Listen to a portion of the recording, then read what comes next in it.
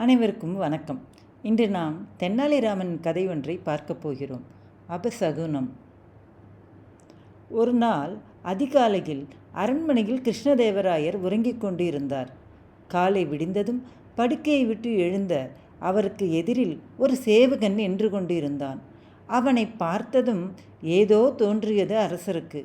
இருந்தாலும் ஒன்றும் சொல்லாமல் தனது வேலையை தொடர்ந்து செய்யத் தொடங்கினார் அரசர். அன்று நடக்கவிருந்த செயல்கள் எல்லாமே தள்ளிப்போனது.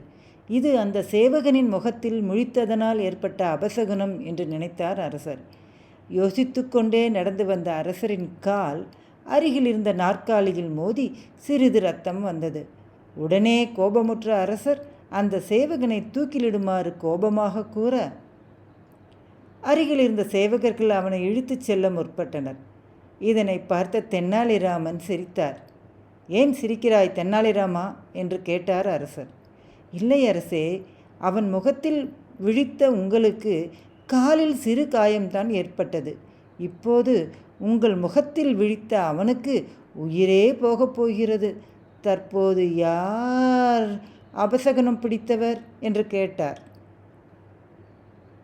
கோபத்தில் முட்டாள்தனமாக நடந்து கொண்டதை உணர்ந்த அரசர் தன்னை திருத்திய தென்னாலிராமனுக்கு நன்றியையும் அந்த சேவகனுக்கு பரிசும் கொடுத்து அனுப்பினார்.